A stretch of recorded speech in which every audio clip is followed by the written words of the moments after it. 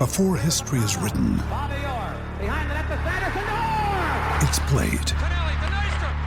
Before it's frozen in time, it's fought one shift at a time.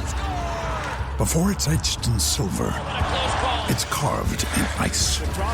What happens next will last forever. The Stanley Cup Final on ABC and ESPN Plus begins Saturday. I am Madison Timmons. I'm Chris Susi. And we're paranormal specialists who live in the most haunted city on earth, Savannah, Georgia. Every day is Halloween in our line of work, so join us as we spin true tales of haunts, murders, and disturbing Savannah history.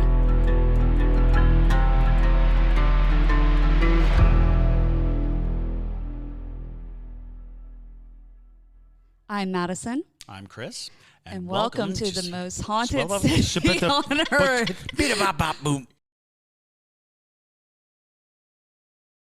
Hello, and welcome back to another episode of The Most Haunted City on Earth. My name is Madison Timmons. I'm Chris Susi. And today we are live on Zoom in Waverly Hills with Miss Tina Mattingly. Tina, would you like to introduce yourself? Hello, everybody. I'm Tina Mattingly. A lot of people do call me Lady Waverly. Been here a long time, but I'll be here haunting it after I'm gone from here too. So come see me now and come see me then. I love that. Well, actually, that's a pretty fitting name for you, Lady Waverly. Yeah. Absolutely. Yeah. So, Tina, thank you so much for joining us today and showing us a little bit around. Tina was kind of showing us around the property via Zoom before we got started. So we've seen the body chute, we saw the morgue. Well, you're currently in the morgue, right? Yes, I am in the morgue right now. And those are the body trays behind you? Body trays are behind me right here. And body slab tables are over here. Just casual Friday morning. Where they keep the bodies. That's it. Yeah. Some girl would come up here the other day and she said, "Hey, I drove my hearse," and I just looked at her like, "Okay." So, And I looked like it was something that, I wouldn't think anything, that I would think something was really wow. And I looked at her and said, "Did you see mine out there?" I love it. Yeah. I love it. Matching hearses. Yeah. There you go. Yeah. Nice. Okay, well, let's get started with, I guess we'll ask, how did you acquire Waverly Hills? It was for sale and we bought it. Easy enough. Like those things. Yeah, we didn't inherit it or anything like that. It was in dismay badly. It had been sitting here open to the vandals and the elements for over 20 years. And there wasn't a window left in the place. It was full of garbage. All the copper, anything of any value was already ripped out of it. Every toilet, almost every sink, every tub was walls, just anything where they could get the copper out, they just busted it. And it's a shame. But we've been working on it. We bought it in 2001, and we've been working on it ever since. And we just finished last week getting all the rest of the windows in of the building. There's a window in every window opening. Wow. And that's a lot of windows. Don't ask me how many. At one point, I think I did know, but I have lost count, so I don't know anymore. The only ones we have, there's just a few up on the wards on the 5th floor that we're working on them now. So we'll have them done. And I know the last couple of years they had some black plastic up on the windows, and they just made a lot of noise. And it's very disruptive to investigations. And we're not the ones who put that up, but we don't want to get into that. We're working every day. And every time I walk in some part of the building that we have restored, and then I walk into where it's not, then it just reminds me of what it can look like again. It can be done with a lot of hard work, dedication, and a lot of money. And everybody that comes, and everybody that comes here to visit, it's not just us restoring this building, it's them. the people that come and go on the tours and do the investigations. And I like to say, and I think this is the God's honest truth, the residents of this building that are still here are restoring this building.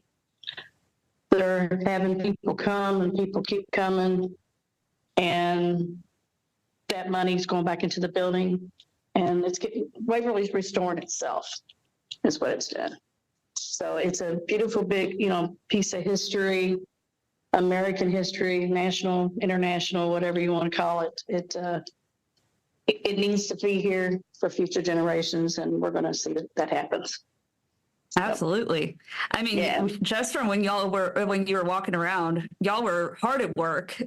It seemed like there was just every corner somebody.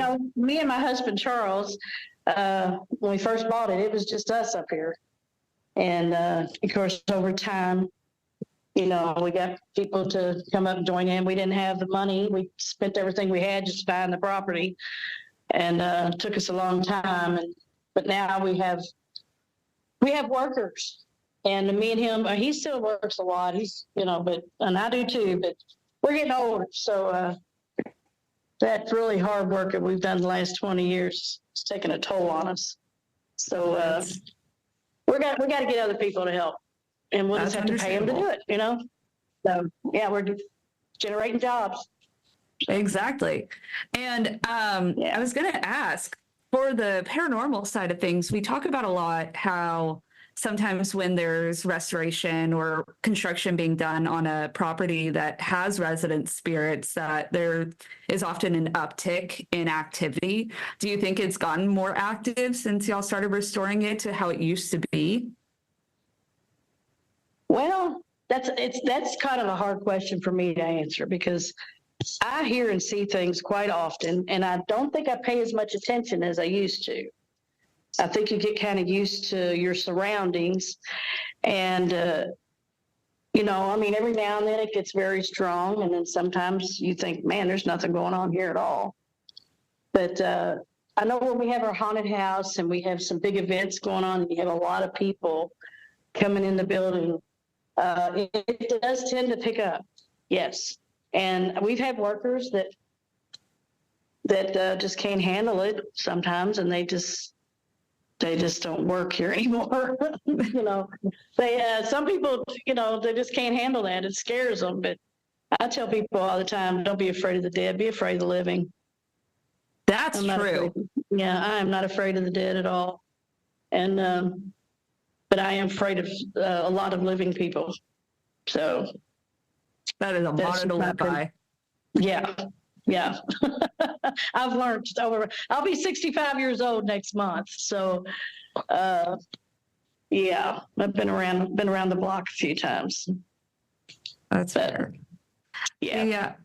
Now, I was going to ask, so we're going to kind of take this interview floor by floor, because it seems like every floor kind of has its resident spirits attached to it, or certain activities that people encounter. So let's start out with the first floor.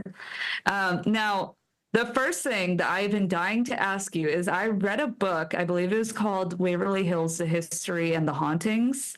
And that's not our book. Oh, yeah. Yeah. Which. Yeah, it came obvious. I have not read it. Well, I have not read it, so you can tell me about it.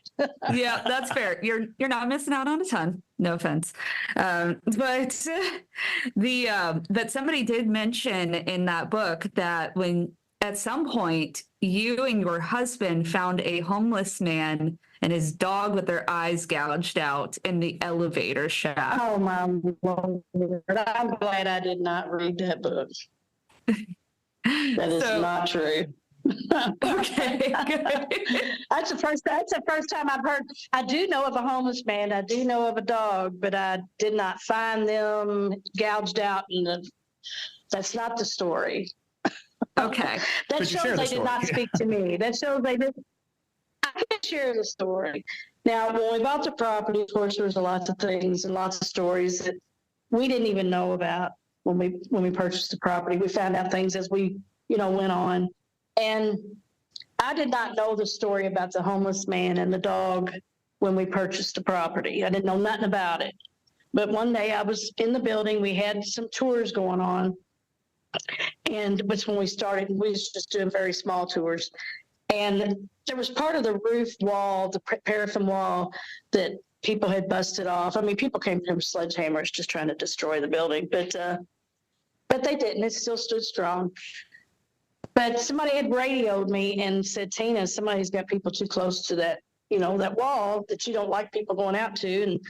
And I said, oh, okay. And I couldn't get anybody else on the radio. So I went up all the way up to the 5th floor, got up there, and I don't know if I won't be able to walk this building, guys. My knee just gave out. But it did. I got up and it just popped. But anyway, I got up to the 5th floor and nobody was there. And I thought, well, I missed the tour. So I came down to the 4th floor and I caught up with the tour group. I talked to them. And then I didn't want to disturb the tour any longer. So I went to the 3rd floor where I knew nobody was at that time. So I went down to the 3rd floor. I'm walking. I come out of the stairwell. I take a left. As soon as I take a left, I see a tall, thin man standing there. I see a silhouette of a man perfectly. He was tall, thin. He had long, frizzy hair.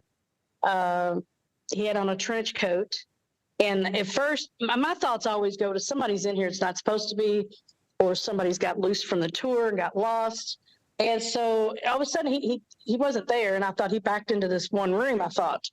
And I started saying, okay, if you got loose from the tour, you're not in trouble. Just come on out and I'll catch you back up with the tour. But I didn't remember seeing anybody on the tour that looked like that. So then I said, well, and if you've gotten in the building without, you're not supposed to be in here, you need to come on out with me now so we can go out, take you out of the building. And nobody came out. And so I'm thinking this time, okay, somebody's in here. They can hurt me, before anybody could ever get down here to me on phones. I couldn't get anybody on radio. So I started walking down the hallway. I thought I'm just going to leave and go tell security about it. As I'm walking down the hall, I see a white dog laying in the floor. Just laying there like it was asleep. It looked like a small white German Shepherd. And anybody that knows me knows that I'm afraid of dogs that I don't know. And I just stopped and somebody would have thought I was crazy. I started going, here, puppy. And of course, then sang with the man. I didn't see it disappear or anything. It just wasn't there anymore. So at that point, I'm like, okay, I'm ready to get out of here. So I left. Left very quickly, came out of the building, probably pretty forcefully. And somebody grabbed a hold of me as I came out of the building and said, Tina, hey, hold on, what's going on? And I said, I didn't even care about the guy anymore. I said, is there such thing as a ghost animal, a dog? And this person started laughing at me. Well, I thought they were laughing at me, but they weren't laughing at me. But they said, was it a white dog? And I said, yes. And he just started laughing even harder. And I'm like, I won't say what I said. Told him to kiss something. And because I thought they were making fun of me. And I just walked off. Well, that day ended. And a few days later, somebody came up. This person came up, I'm not going to mention names. And they said, I think I can explain what you saw in the building. And I said, well, good luck. Good luck with that. And he said, well, I done some research. I know a friend that was a police officer. He said years ago, they didn't give me the year. They said they found a homeless man and his dog in the elevators, 3rd floor elevator shaft where I was at up here, and they were dead. And he said that they couldn't release any of the details because juveniles were involved. And I said, okay. And he asked me to describe what I saw again. And I told him about the tall, thin man, trench coat, white dog, looked like a German Shepherd, long frizzy hair. And he said that I described them to a T. Wow. And I never knew nothing about it. Yeah. That's my story. And I mean, I was here, it happened to me, and then whatever's in that book, if that what you said's in that book, that's just that I never said that. That's not true. That's fair. No, and honestly, that's even creepier. Yeah, honestly. That you had a full bodied apparition experience with a Technically, two. Yeah. Yeah. And you know what? It's crazy because, well, that's been years ago. And, nobody's an expert. I mean, I've had people tell me that they're paranormal experts, and I'm the one laughing on the other end of that one. I just tell them, well, you really look good for a dead person. I like because that. In my opinion, you can't be an expert unless you're dead.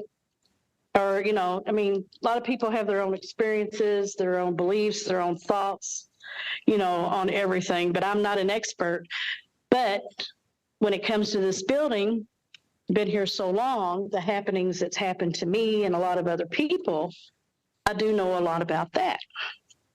So, but doesn't mean I'm an expert. I'm not a paranormal expert. You kind of categorize all of your experiences. Right. I do. Yeah. I do.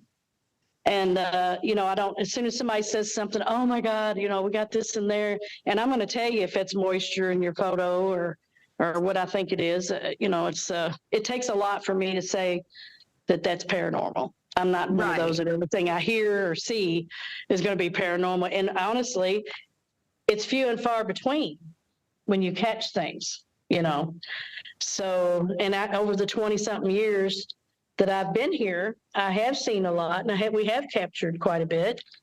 And, but it's, like I said, not everything is paranormal. Not every sound, every smell, every, thing you feel or see or touch or hear is not always paranormal.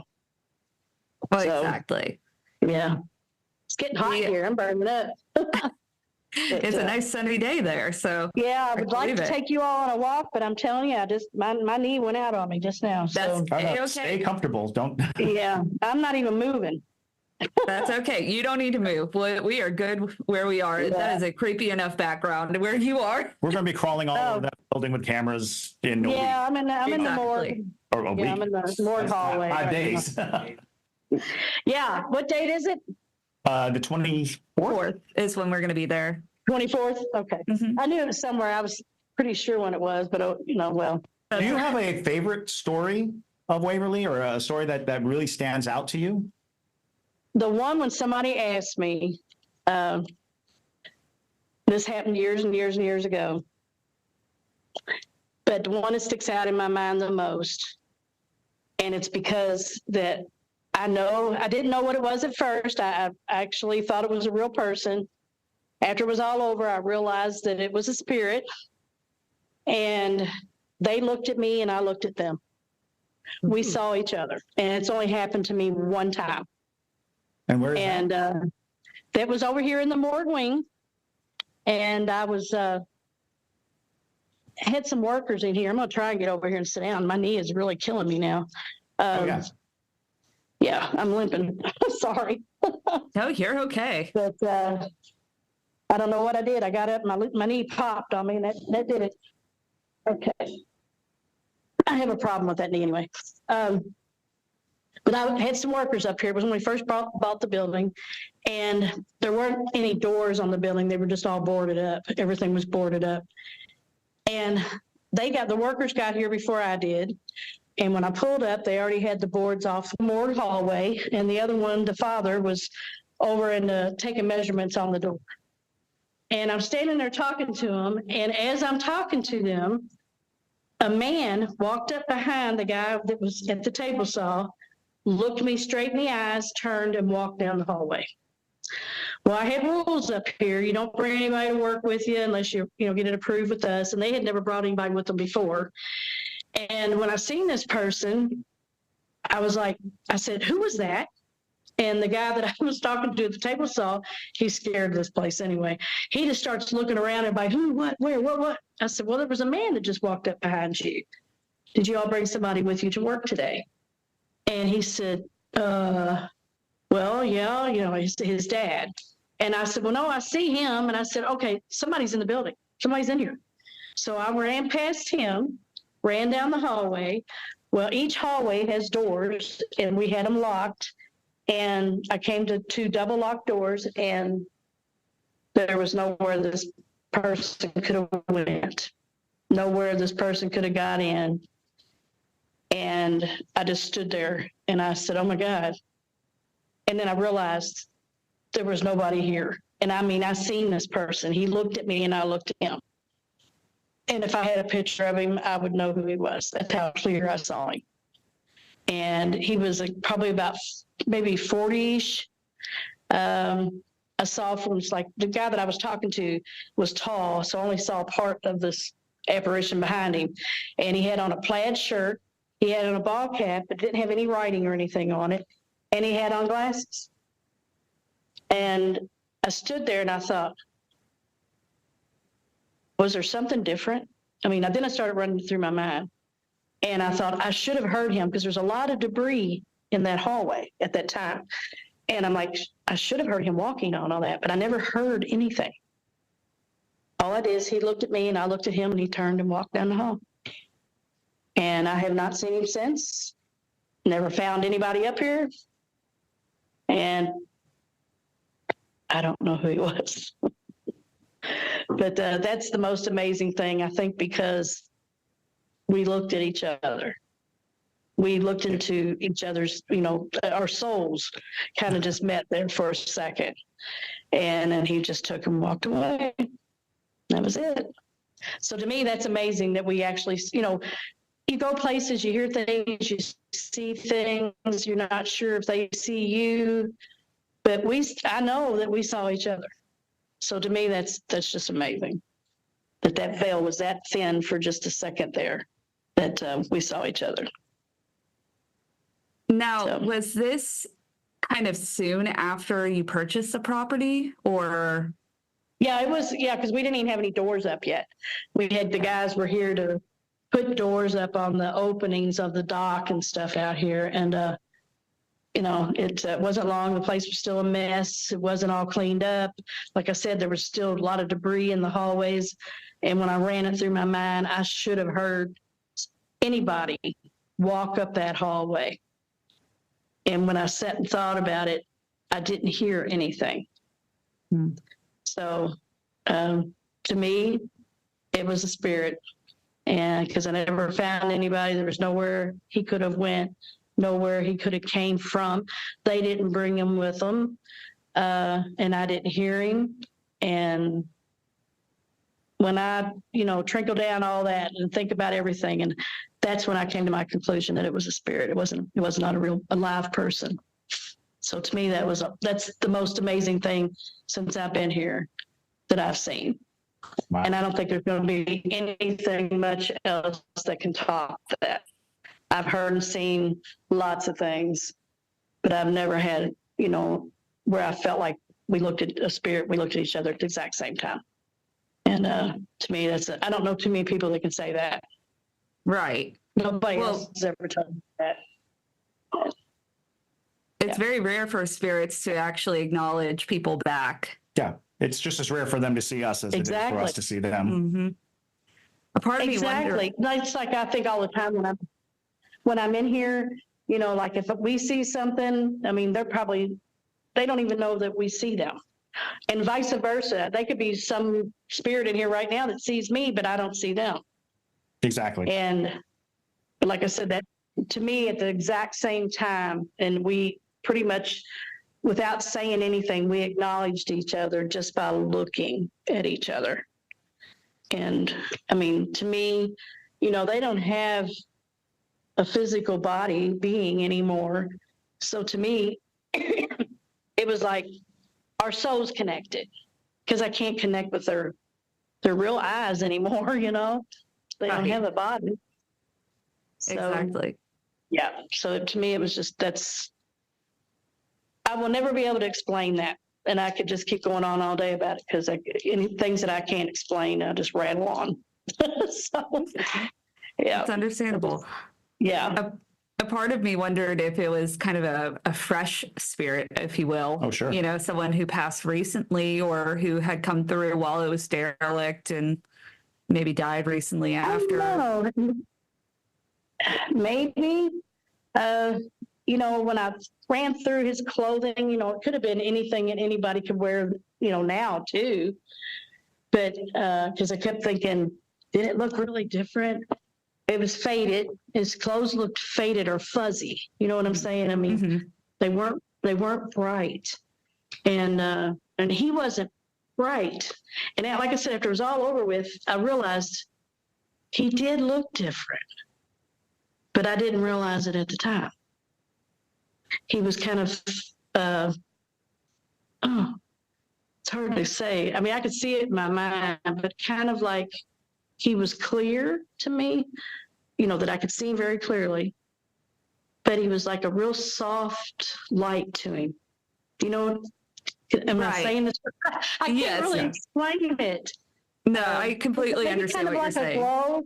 Kind of like a little bit of a glow. Sure. And it was a soft light. It wasn't nothing bright. It wasn't, and made him kind of look kind of not fuzzy, but it's just really hard. If you don't see it, it's really hard to explain. It's almost like they're out of focus a little bit. Yeah, just a little bit out of focus. There you go. Yeah. But we looked at each other. I mean, to me, it's just amazing, and I'll never be able to explain it fully. That's incredible. Yeah. Another spirit I wanted to ask you if you've ever encountered, or I'm sure somebody, if it is there, somebody's talked about it.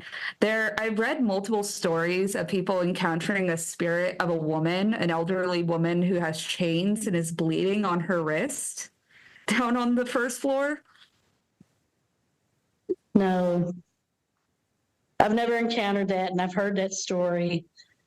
And I do know of a story that's true, that kind of, things just get told. It's like somebody whispered something in your ear, and then somebody passed it on. And by the time it gets around the table there, it's totally different, But I do know that there was a nurse that worked here.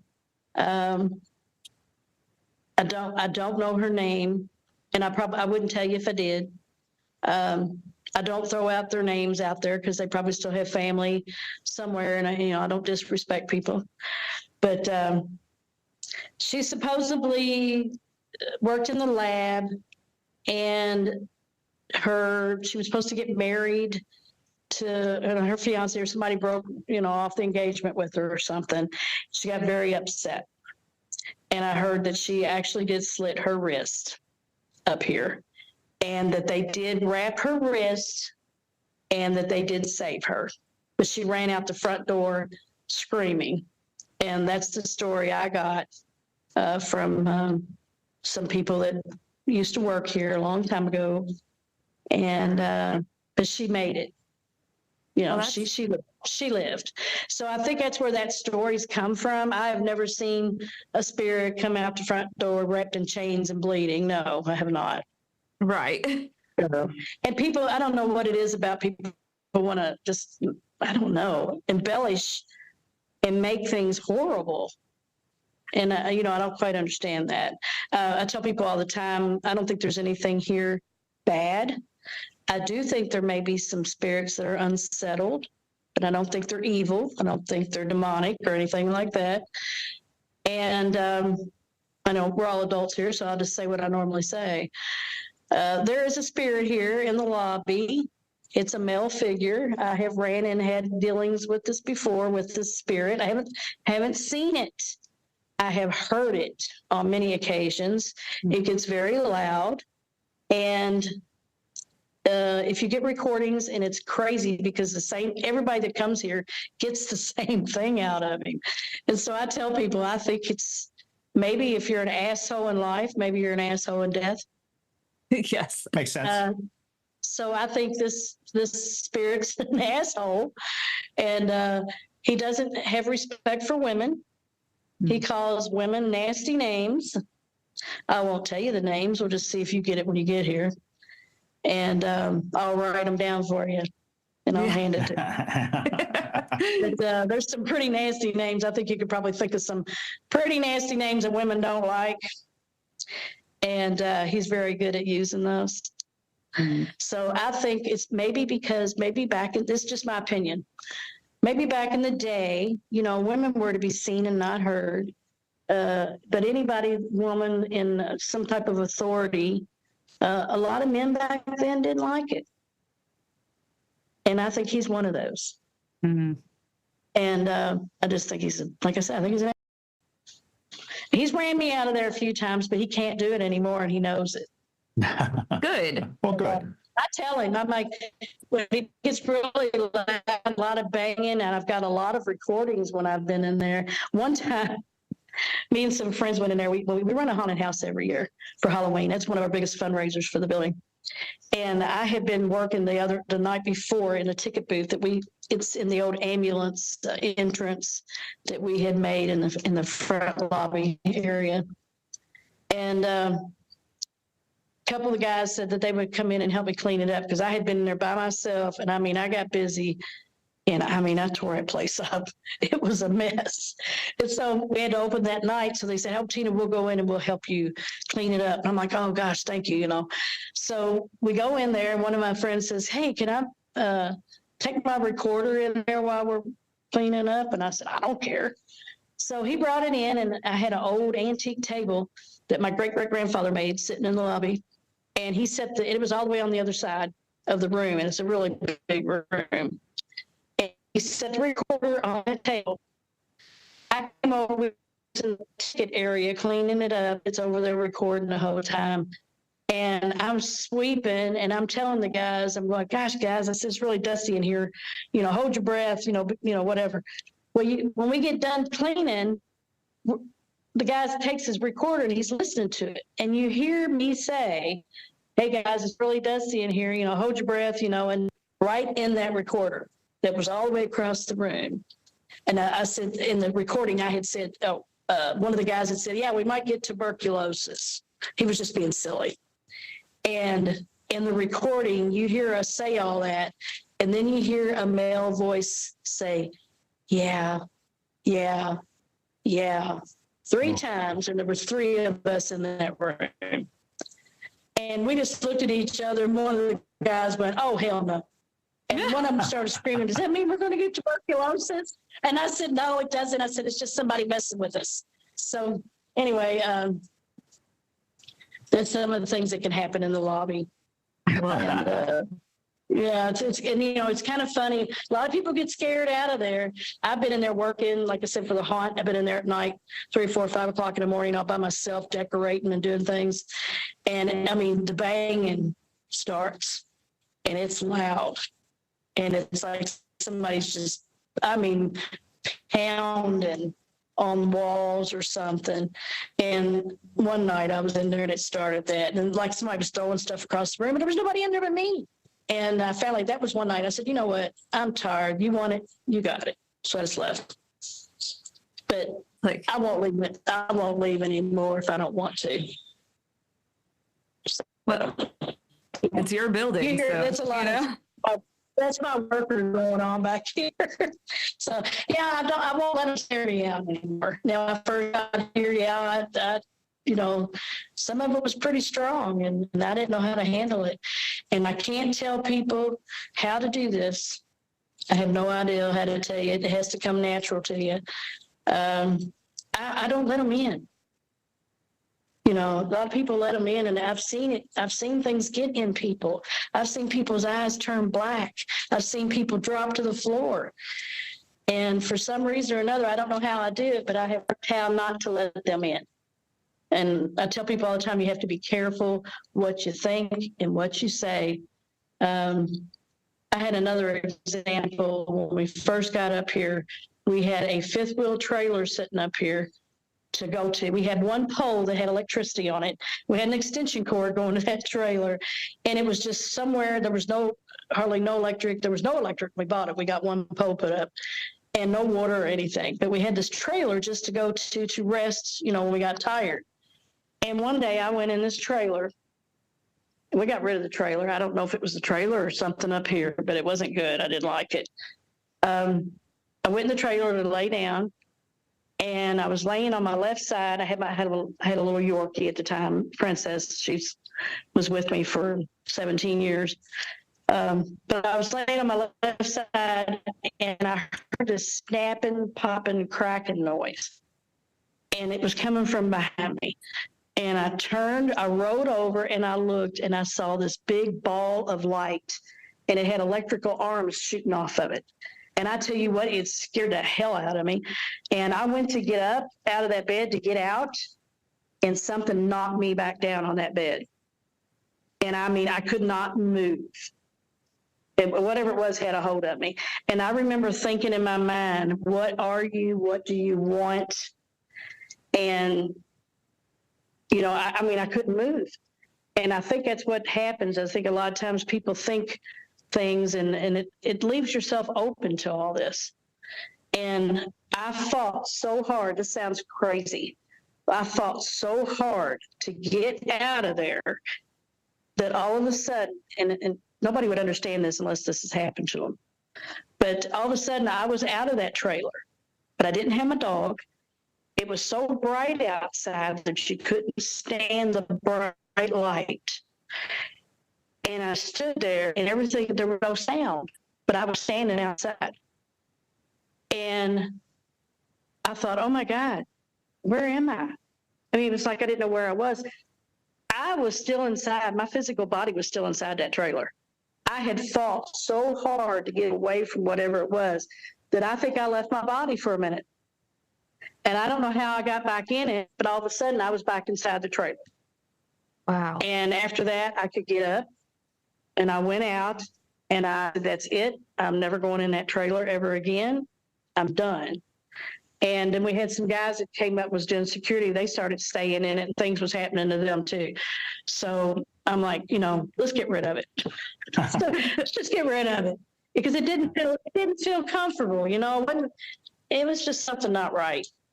And we got rid of it. Of course, things still happen up here, but not in that trailer because it's not here anymore. One less thing. One less thing, exactly. Those are just some things. Yeah, you know, it's just some things you can't explain. And you know, I hadn't had nothing like that happen to me anywhere else. So I really can't say if it had ties with that trailer, if it had ties with up here. But it was up here that it happened. So I gotta ask you though about seeing somebody's eyes go black, because I read somebody's experience, because there was I don't know if you've been on Reddit anytime recently, but there's a Reddit thread of people who have experiences in Waverly Hills and people just, you know, write out their stories or things like that. And somebody said that they worked in the haunted house and somebody got hit with something and their eyes turned black. So when you said that, I was like, I wonder if that was the same experience. I don't think so. You know, I don't want to scare people off from coming here because, you know, I want them to continue to come. And, you know, that's few and far between that's happened. And that's why I tell people they got to be careful, not only here, but everywhere, you know, of playing with things that, you know, like to say, if you play with fire, you're going to get burnt. Well, it's the same thing with playing with the spiritual world. I think if you don't know what you're doing, you shouldn't be doing it. And it's not nothing to play with. Now, I don't come in this building and I call out nothing. I just don't do it, and I don't allow it here either. You know, everything has to be respectful, provoking. I don't mind if people come in and talk, but not try to conjure anything up or anything like that. I don't allow seances, Ouija boards, or anything of that sort. And what I'm telling you with the person that their eyes turned black, and they said that this has never happened. This person had a very high-profile job, and you wouldn't think it would be anything that would, you know, this type person would happen to, or I don't think it matters who or what you are, but they were on a tour and they got just something just got to them. Wow. And they just, you know, their eyes turned black and they went down to the ground. They got caught and they didn't even remember anything. And that doesn't happen that often. And you don't want that to happen. And I don't want to scare people off from coming here, but, you know, just, I think some people are more in tune with things than others. And some people are just more open to things. So, I mean, I can't say for sure, like I told you before, I'm no expert, but that doesn't happen that often. So.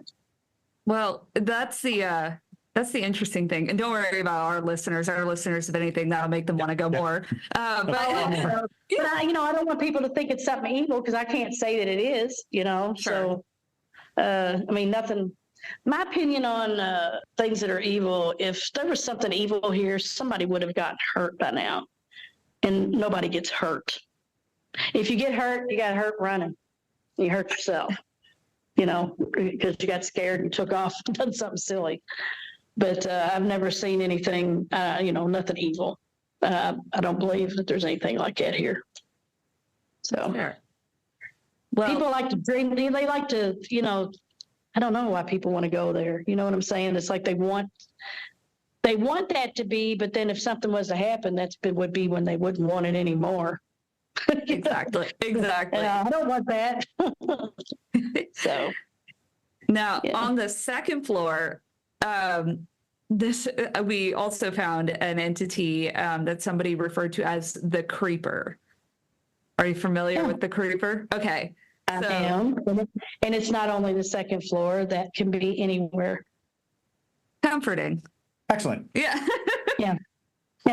It's what I've seen. I think it's one and the same. There's something here that I call Big Black. Yep. And Right. some people say the creeper.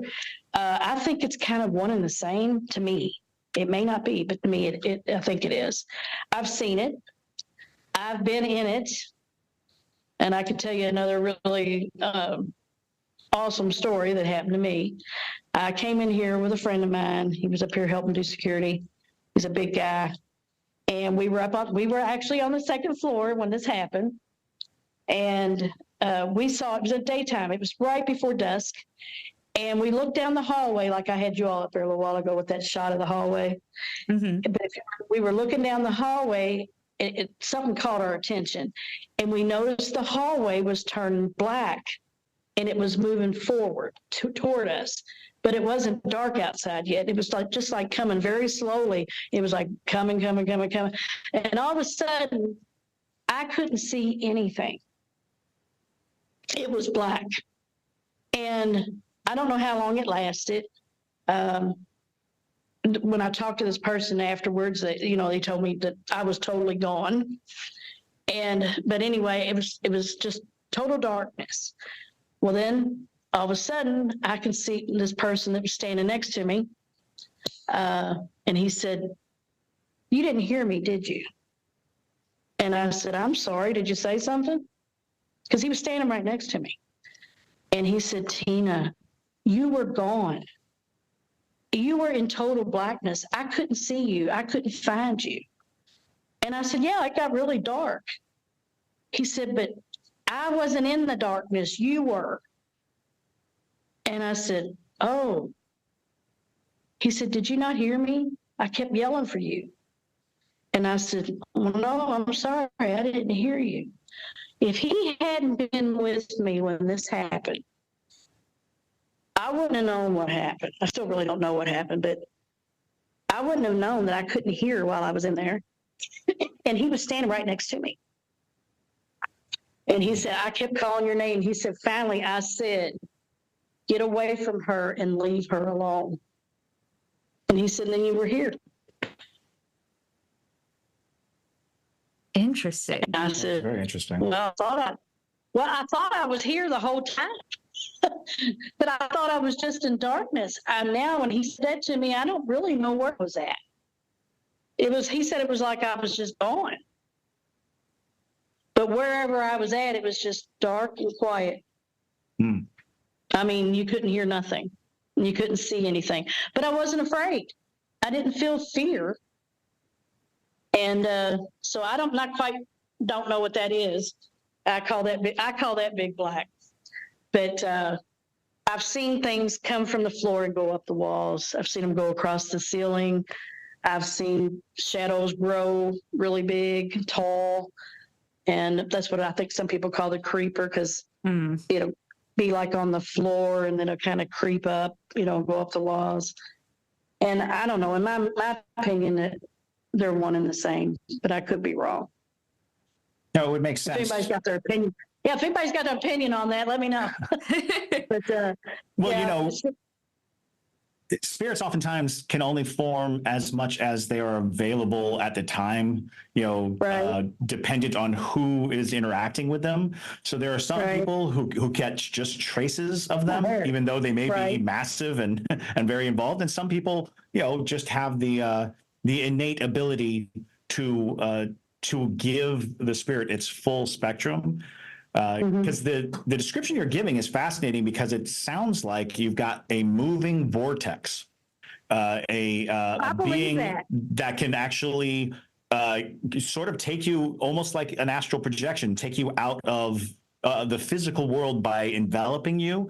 Because we read a story where a woman and her niece or something, or daughter, thought they were standing inside this big black entity. It was like eerily similar to your story. And I'm like, that sounds like Really? you're dealing with kind of something that might come and go like cycles of the moon. It gets thicker and thicker and thicker as time progresses and gets stronger and stronger and stronger, dependent on the time of year.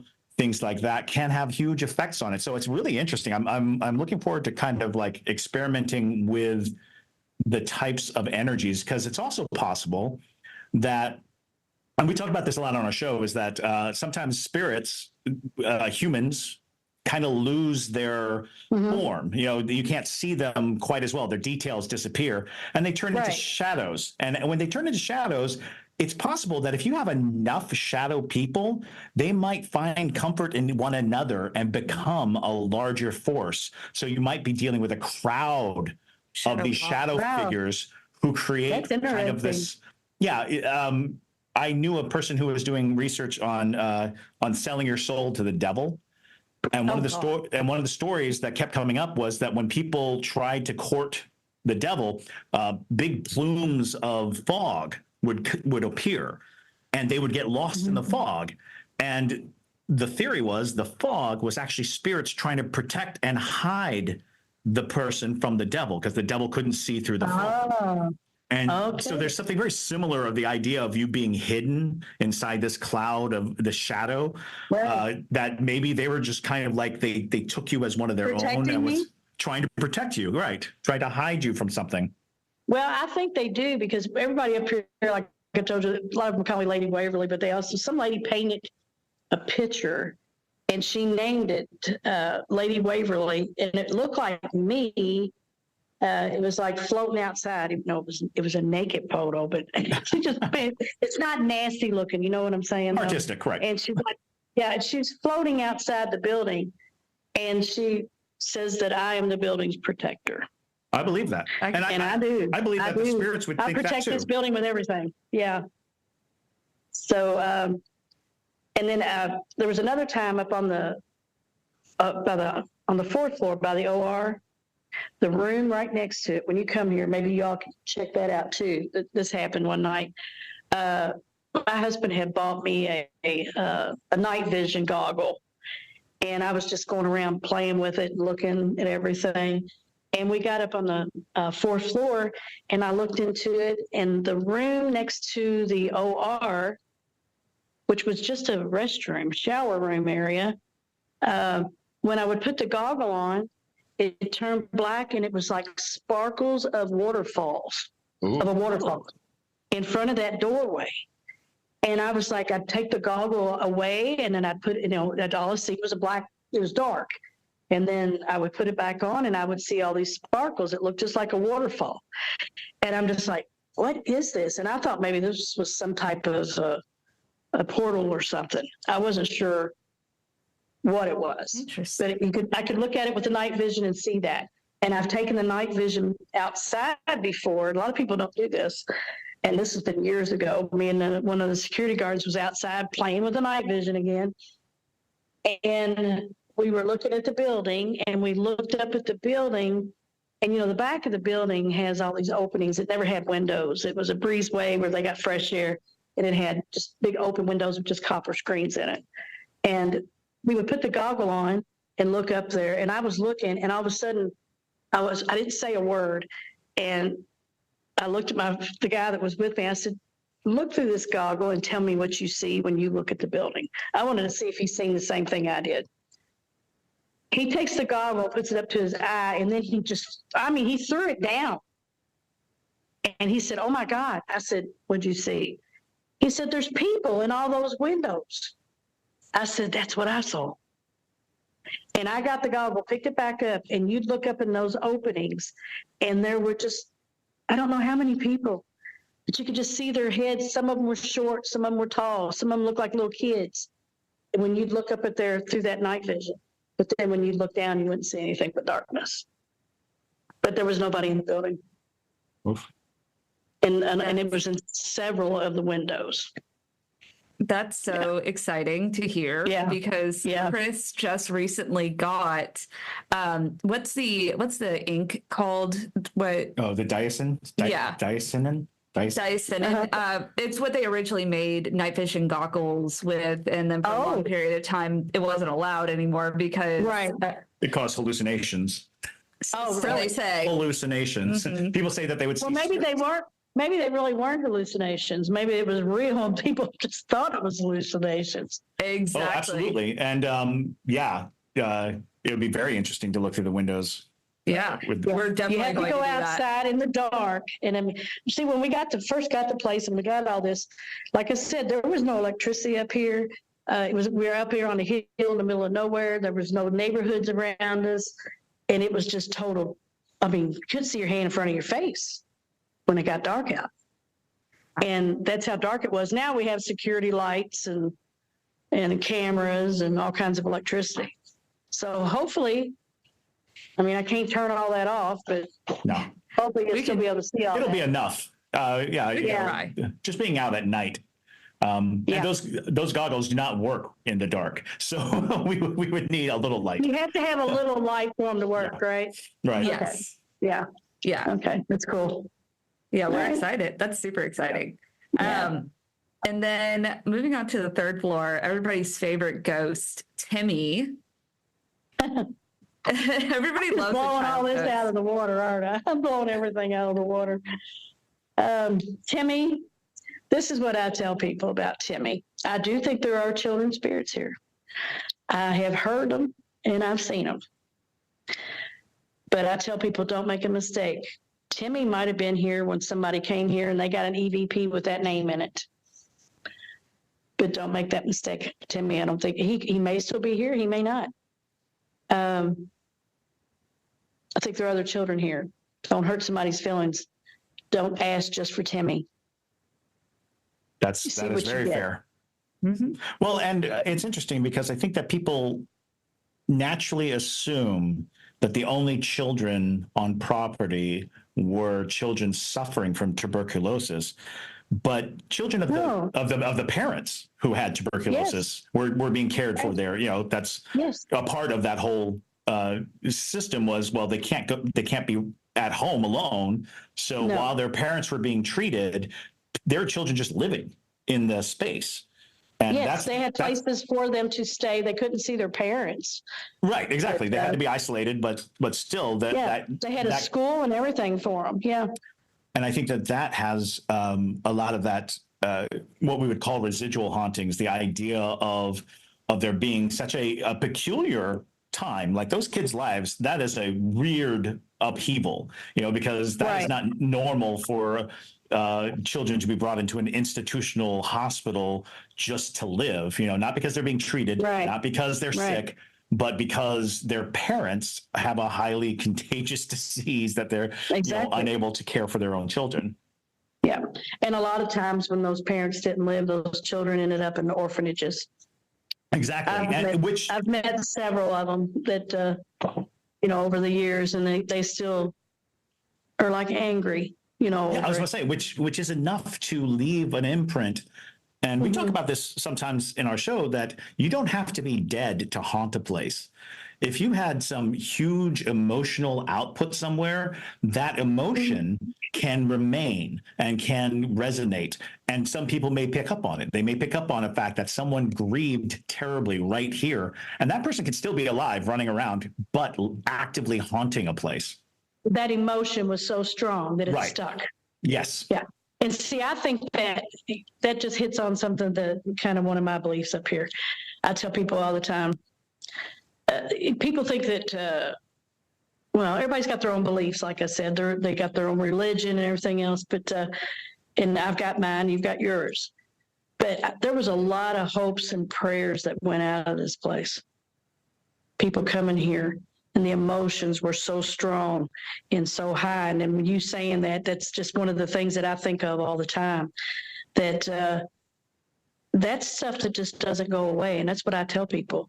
All that hoping and praying and wanting to get well and coming here for that reason, and so many of them in just one place, that I think it just, I tell people all the time, if this building wasn't here, those emotions would still be here. Those spirits or whatever that's here would still be here. It doesn't have to be this building. It's just here in this area. If the building was torn down, I think it would still be going on. Whatever they built up here or anything, if that happened, which we hope we never will, they're going to get the same thing in their houses. If there was houses, there's what within this building. You know, there's people, there's a subdivision down from Waverly that used to be Waverly property. I've known people that's moved in them, and they've called me about the spirits and things going on in their houses. And my daughter, somebody at her work said, your mom and dad owns that up there, don't they? My daughter says, yes. She says, will you tell your mother to keep her ghost to herself? And my daughter said, what? They're not my mom's ghost. That she has no control over that. These people actually moved out of their house because of it. They bought a really nice house and moved out. Yeah. So some people just can't handle it, I guess. But it doesn't bother me. I can share. It's not mine anyway. And it's nobody's. It's none of ours. Wherever we're at, it's all on loan anyway, is the way I look at it. Right. Ghosts aren't on the payroll, is what I always say. That's right. Exactly. They don't punch the time clock. They're not going to answer That's to right. Yeah. People always say, am I guaranteed to make something going to happen? I'm like, I don't know. I can't tell you something's going to happen. And then you'll have people go, it's really quiet in there tonight. And they'll come and tell me the stuff that they've heard or seen. And I just look at them like, you just said nothing was happening. And then you tell me this. What do you want them to do? Walk up to you and say hello and introduce themselves? You know, that people expect to I don't know what they expect. But if you get anything, that's amazing. Exactly. Absolutely. If you got 100%. If you got a sound or a glimpse or a recording of anything. And then you get people who come in here and go, oh, and they're happy. They got scratches. And you're like, what? Why do you want scratches? You know? No. I mean, uh-oh, what happened here? Did I lose you? Nope, we're here. Well, I see you, but something happened here. I don't know what Are we happened. frozen? Weird. We can hear you fine. Okay, there it went. It's back. Okay, perfect. So Now, I was going to ask you about everybody's other favorite area of the building, room 502. I think that's the one people are most curious about, with the kind of tumultuous history that's associated with it. Right. Well, room 502 is up on the 5th floor. The 5th floor is just 2 wards on the 5th floor. The roof is very large, but they only had 2 wards that housed about, 16 people on each side. And then they had 2 nurses stations, and they had a restroom and a shower room for everybody. I met a man when we was doing a show up here. I invited him up for the show, but I met him one day. I'm not even going to mention his name, but I do on the tours and stuff. I'll tell you who he is. But when I first bought the property, me and my husband got the property, I would see this white pickup truck sitting at the gate, and we get people to sit down there all the time and just take their lunch break. It's by a golf course. You know, when Waverly closed down, the state took and made part of it a golf course, Bobby Nichols Golf Course.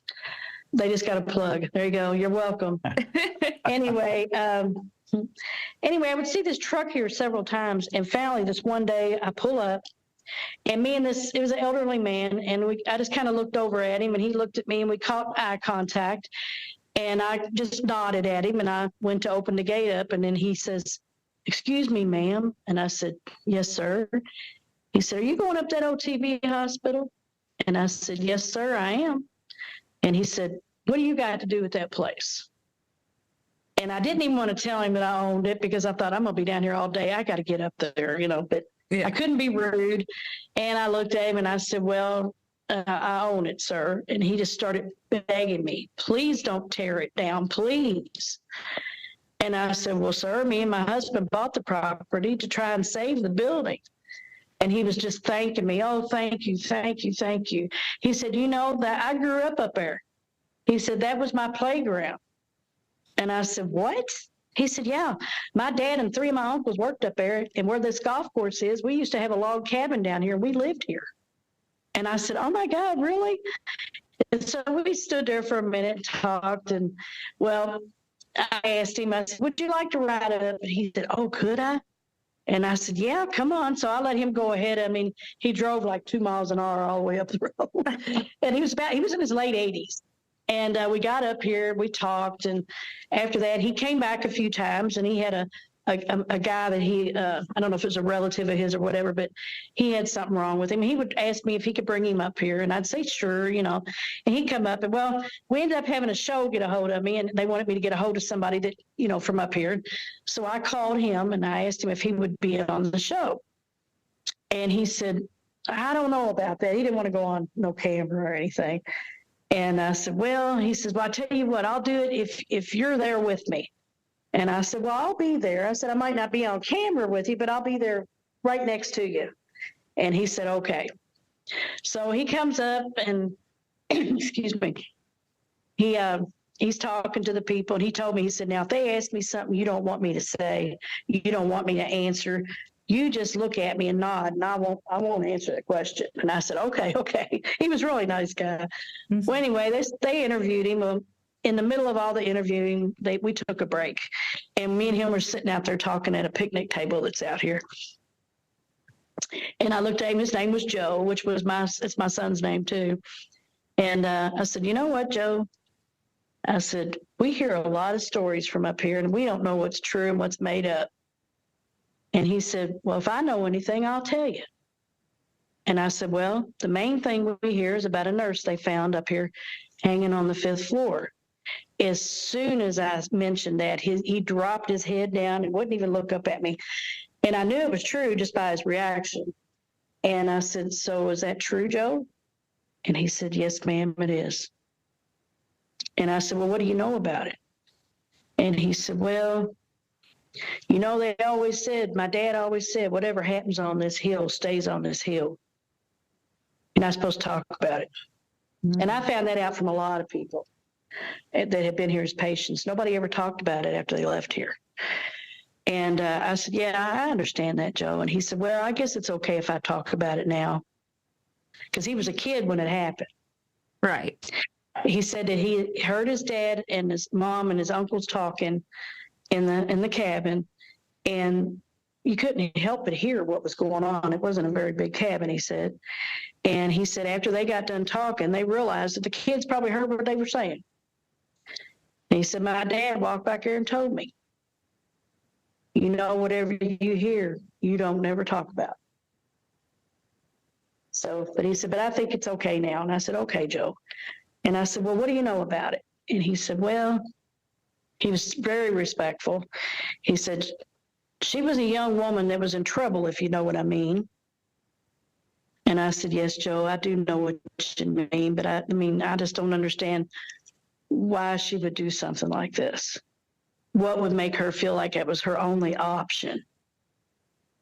And he said, well, this was a different day and time. She'd have been shunned by everyone. It was a rumor that she was in trouble she wasn't married. It was a rumor she was in trouble with a doctor that was married. And I said, but I just can't imagine feeling like that was my only option, Joe. And he said, well, she was sick. She also had tuberculosis. And of course, we had read a lot of things. If you were 5 months or less expecting, they would highly suggest you have an abortion.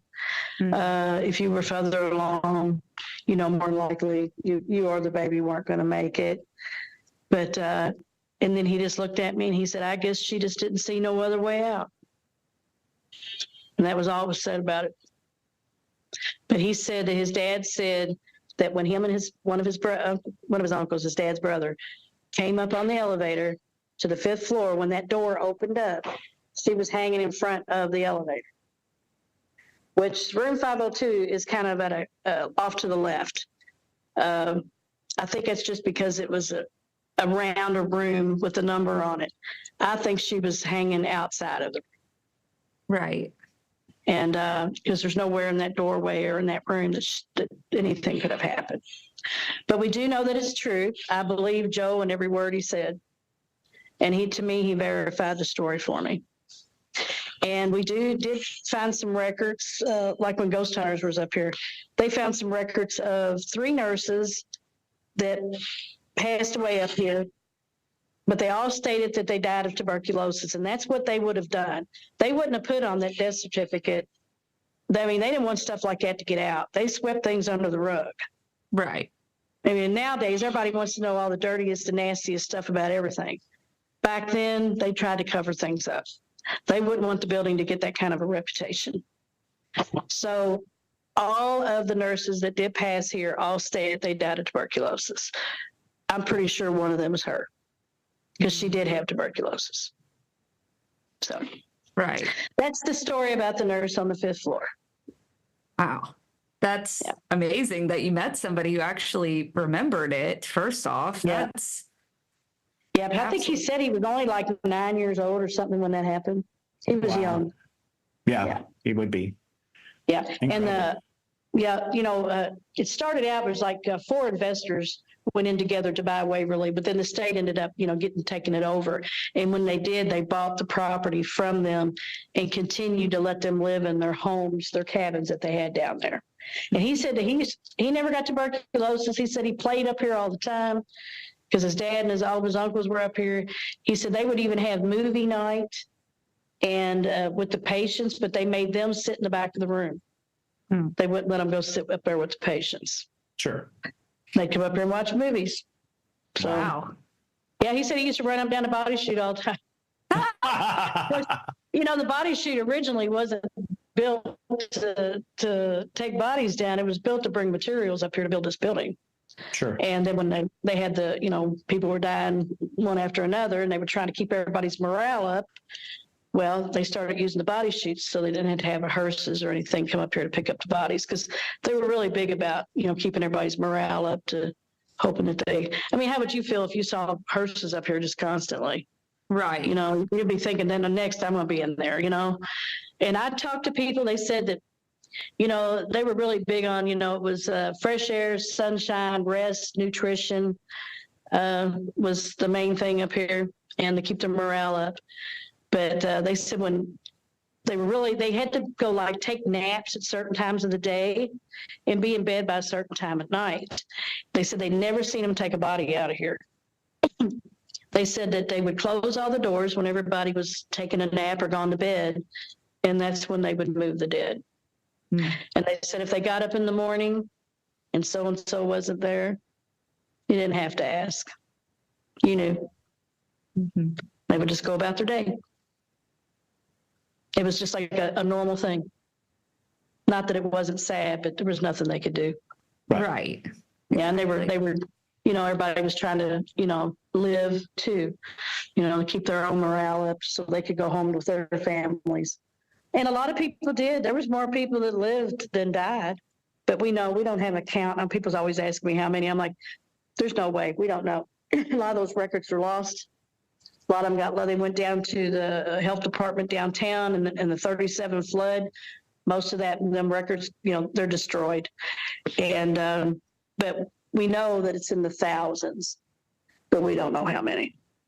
Yeah, I caught on to that. I felt like every time I read a article or a book or whatever, be a different. Yeah. Mm-hmm. Yeah. And I'm, when we first moved up here, we did live here for about 12 years. I don't live up here now, but, we had everybody throwing numbers at us, telling us, oh God, this is how many people died here and all this and that. And if you go by the statistics, of some of the census that we've read and stuff. Even before this building was built, this is the fourth building on the property, fourth hospital. It just had to keep getting bigger and bigger because tuberculosis was an epidemic. But there were already thousands that died before this building was even built. And so then this building was built, and it housed over 500 patients. So, and at one point, my father-in-law worked here. And actually in the 37 flood, they had property over, right off Dixie Highway, and they had a farm. It got flooded. Him and his grandfather came up here because they got flooded out of their home. There was no place to go. Waverly was the only thing out of water. So they came up here and they let him sleep on the x-ray table. Well, he was 17 and he started working here. And he said that they put him to work in the bakery. And one day they sent him down to the first floor loading dock. They were totally self-contained. They had their own livestock and, everything, just chickens, hogs, cattle, raised their own potatoes and tomatoes and everything else. They did whatever they could up here on their own. But every now and then they would get a delivery. And he said they sent him down to the loading dock, I guess to get a bag of flour or something that they would have delivered here. And he passed it up because he didn't know where he was going. And he ended up what we call the auxiliary morgue. It was just a maintenance bay area. That's what it was built for on the first floor. But when it was at its height, they used it for an auxiliary morgue. And he ended up down there, and he said it's a huge room. And he said it was wall-to-wall bodies. He come running out of there. Yeah. No, I'm sure he did. He said he went upstairs and he said something to him about it. And they said, "Oh, you went too far down. You got to go out on the dock." But anyway, but he told me when he worked here, he said, "Tina, this place was beautiful." He said the floors were so shiny. You could see, they were like mirrors. You could see yourselves in them. And everything was sanitation white, and it was just, he said, clean, clean, clean. And I said, yeah, I could see that. But there's a lot of stories, and we could talk all day long. I don't know how long y'all's well, we were gonna wrap it up with two questions from our listeners. So the first question is, Frenchie asks, do you think the body chute is haunted? I know the body chute's haunted. Ooh, yep. Okay. It is. A lot of people would come here thinking that people were passed away. Why would anybody be in there? They were already dead when they went down the body chute. Well, I don't think it has anything to do with it. I've seen a lot of stuff in the body chute, and I tell people, don't make a mistake. Spend some time in there. I don't like telling people what happens in there a lot because I suggest to people, I want you to know the building. I want you to know how to get back to safety or back to wherever you need to be. I don't want you getting lost. But I don't like telling them a lot of stories and things that happen because I don't like putting things in people's heads. Mm. So when they come here, I tell them that I think you're better off. We'll tell you how to get back down to here to, like a break area or whatever. And we have cell phones. We have them call us if they get lost or scared, and they can call us and we'll come get them. And that does happen.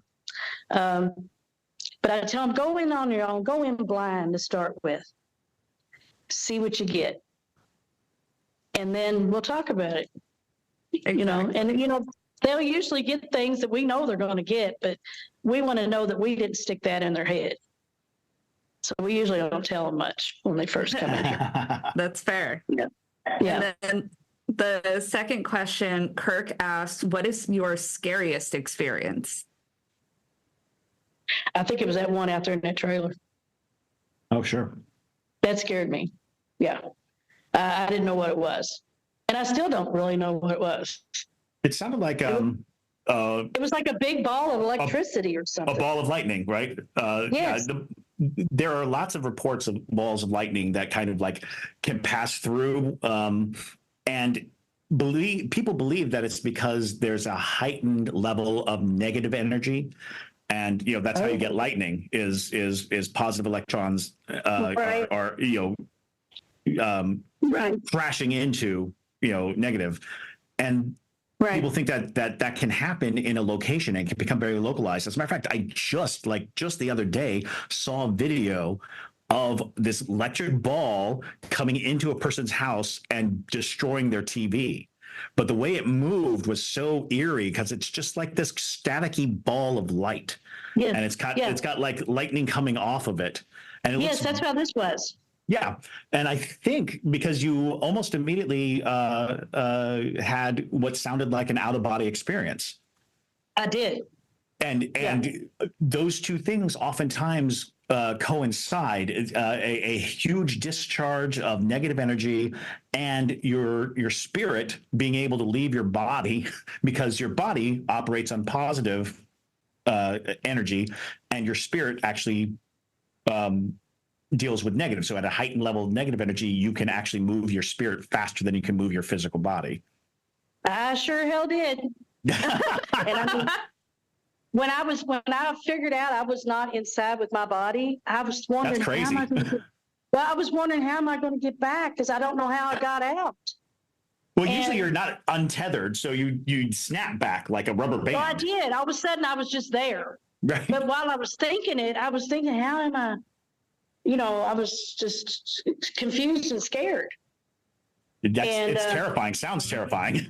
It was, and then but whatever was in there held me down. I couldn't move, and that's when I left. That's when I left my body. I jumped out of it, but then I'm thinking, I don't have my dog. I have to go back and get my dog. That's sweet. And because I loved my dog, but all of a sudden I was back in there, and I was there with my dog, and I mean it was crazy. So to me, that was just scary. Of course. And I don't particularly care. I don't want it to happen again. No, thank you. I don't even know if I would even know how to. I didn't know how to handle that then, and I wouldn't know how to handle it now. That is fair. That is fair. Well, you're here, so it worked out. Yeah. Well, thank you so much, a lot Tina. of people think, I got really sick for a couple years there, and I don't know. A lot of people say, well, maybe it's that place up there. I can't really say that. I can't say it wasn't. I can't say it was. Right. We just worked a lot, and I think it just basically was worn out, and it caused some physical problems. Sure, absolutely. So, well, I can't wait to see all y'all. Yeah. We can't wait to see you and meet you in person. But we're very excited. I'm sorry I couldn't walk around. My stupid knee gave out. No. That's A-okay. We're more than happy just having this conversation. Okay, sounds great. Well, thank you, Tina, and we can't wait to see you in a couple days. And I know all of our listeners are definitely looking forward to this. So thank you for making some Thanks, time. everybody. All righty. Thank you.